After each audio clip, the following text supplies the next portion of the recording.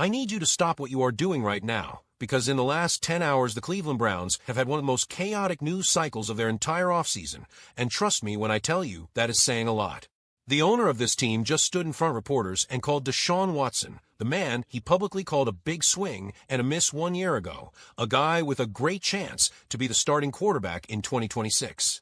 Adam Schefter heard that and went on his podcast and said he believes Jimmy Haslam is telling the truth. Then the Browns had their 5-year draft pick rule proposal publicly destroyed by Sean McVay, who said it had a 0% chance of passing, and quietly pulled it from a table before it ever even came to a vote.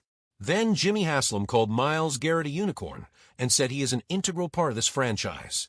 And on top of all of that, Shedeur Sanders dropped a jersey number change on Instagram that broke the internet and signals something much bigger is happening behind the scenes in Berea. Every single one of these stories connects to the same exact question. Does this organization have a real vision for where it is going, or are they reacting to events in real time and hoping something sticks? Let's go through every single piece of this, because today was a lot. Let's start with the most jaw-dropping story of the day, Jimmy Haslam and Deshaun Watson. This is the same man who told reporters last year, publicly on the record, that trading 3 first-round picks and handing Watson $230 million in fully guaranteed money was a big swing and a miss. He used those exact words. It was one of the most remarkable admissions by an NFL owner in recent memory.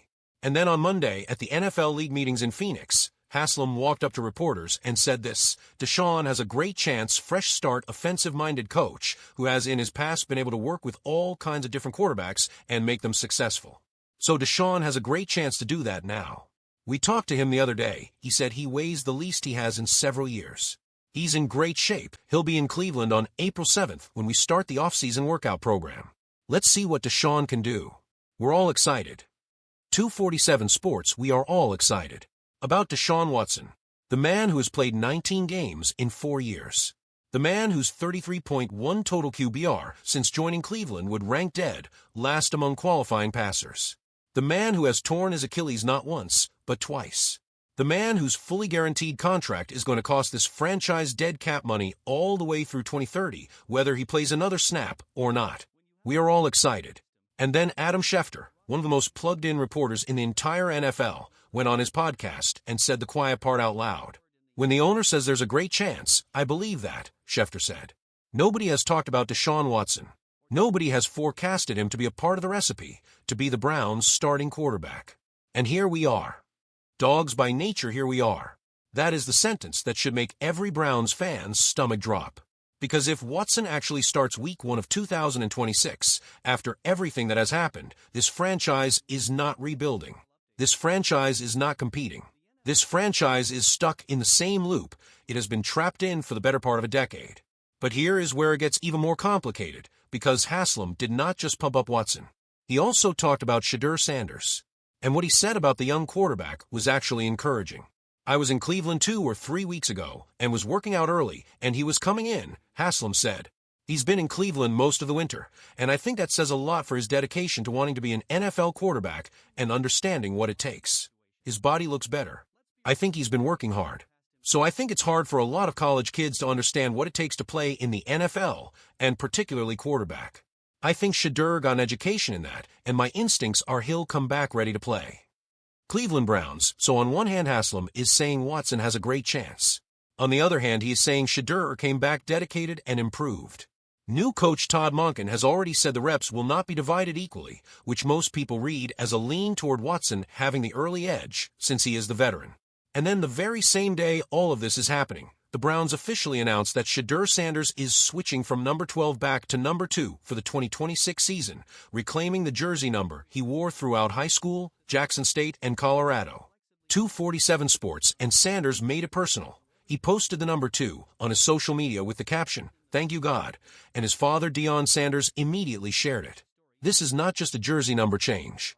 This is a statement. This is Shedeur Sanders telling the world, I am here, I am ready, I am coming into year 2 with a new identity and a chip on my shoulder. And the timing of that announcement, right in the middle of all the Watson hype coming out of Phoenix, feels very deliberate. The competition for this quarterback job is already a psychological battle, and Shedeur just made his move. Now, let's talk about what happened with the 5-year draft pick rule, because this story took a turn that nobody saw coming, and the way it ended tells you everything you need to know about where the Browns stand politically in this league right now. You remember the proposal. Cleveland had put forward a rule change that would allow teams to trade draft picks 5 years into the future instead of the current 3-year limit. The moment it was announced, the speculation exploded. Was this about Myles Garrett? Was this about Arch Manning? Was Andrew Berry setting up a multi-year trade structure that would let a contender spread out the cost of acquiring Cleveland's biggest assets? Well, we got our answer at the league meetings. Rams head coach Sean McVay, a member of the NFL Competition Committee, made it clear before the Browns even pulled the plug that it would not pass. There's 0% chance that it gets through, McVay said. I respect the courage for Andrew Berry to have a very sound reasoning of what's behind it. If there's one thing you can bet Vegas odds on, there's no chance that thing is getting through. I'm not backing that. Dogs by nature 0%. From a coach whose franchise is famous for being the most aggressive pick traders in the entire league. If the Rams will not back a proposal that creates more trading flexibility, the rest of the league was not going to either. The Browns would have needed at least 24 of the 32 teams to vote in favor for it to pass, and Cleveland quietly withdrew the proposal before it ever came to a vote. Dogs by nature, they pulled it, before a single vote was cast. Rich Eisen called the proposal the dumbest thing I have ever heard on his show. NFL Network's Ian Rappaport tried to be diplomatic and said the Browns at least started a conversation. But the reality is this: the Browns walked into the league meetings with a bold idea, got publicly humiliated by Sean McVay in front of every reporter in Phoenix, and then folded before the embarrassment could get any worse. And now the question that every analyst is asking is, what was that proposal actually for? Because Andrew Berry does not do things without a reason. The Myles Garrett situation remains a defining subplot of their offseason dogs by nature, and the connection between the rule change and the Garrett contract restructure has never been fully explained by anyone in the building. Which brings us to Myles Garrett himself, and what Jimmy Haslam said about it at the league meetings, because this was genuinely extraordinary. I could argue that Myles is the best player in the NFL, Haslam told reporters. Guys like Myles Garrett do not come along very much. They just don't. He is a unicorn. And Myles is an integral part of what we do at the Cleveland Browns. Cleveland Browns a unicorn. He called Myles Garrett a unicorn. He said he is one of the best players in the entire NFL. He said he is integral to this franchise. And when someone asked Haslam whether Cleveland can turn things around while Garrett is still under contract through 2030, Haslam said, and this is a direct quote, I do. 3 times. He said it 3 times. Now, on the surface, that sounds like a definitive statement. Garrett is not going anywhere. Case closed. But here's the thing. 1 week ago, this same organization said they were 100% not trading Garrett and refused to explain why they restructured his contract in a way that makes a trade dramatically easier. The rhetoric has gotten more enthusiastic, but the underlying contract structure has not changed. Garrett asked to be traded last offseason before signing a 4-year, $160 million extension. He made it clear he wants to contend for a championship and is not interested in rebuilding. Cleveland Browns and the Browns went 5-12 last year with the best pass rusher on the planet on their roster. So you can call him a unicorn all you want. If this team is still 5-12 in December, history tells us Garrett will eventually want out again, and this time the contract is structured to let it happen. Here is where all of it connects and why today's news matters so much. The Browns are heading into the 2026 NFL Draft in exactly 21 days, holding picks 6 and 24 in the first round. They have a quarterback room with zero certainty at the top. They just had their biggest off-field proposal at the league meetings embarrassed and withdrawn. Their best player's future is still genuinely unclear despite a week of "he is not going anywhere" statements. And now the owner is out here calling Watson a guy with a great chance while simultaneously praising Shedeur for working hard all winter. This franchise is trying to walk about 5 different tightropes at the same time. Keep Garrett happy while leaving a trade door open. Give Watson a real shot while not closing the door on Sanders. Add a young quarterback while not committing to one already on the roster.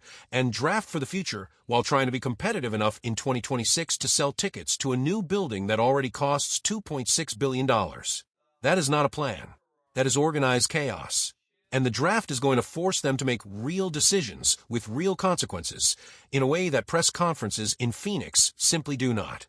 When that clock runs out on Pick 6 on April 23rd, all the carefully chosen phrases and open competitions, and everyone in the room deserves a chance. Language goes out the window. They will have to show you exactly who they are. Drop a comment right now. Do you buy what Jimmy Haslam is selling on Watson? Do you think Shedeur's number change means something bigger? And are you worried or excited about who the Browns take at Pick 6? Subscribe right now because the draft is 3 weeks away, and this thing is about to get loud.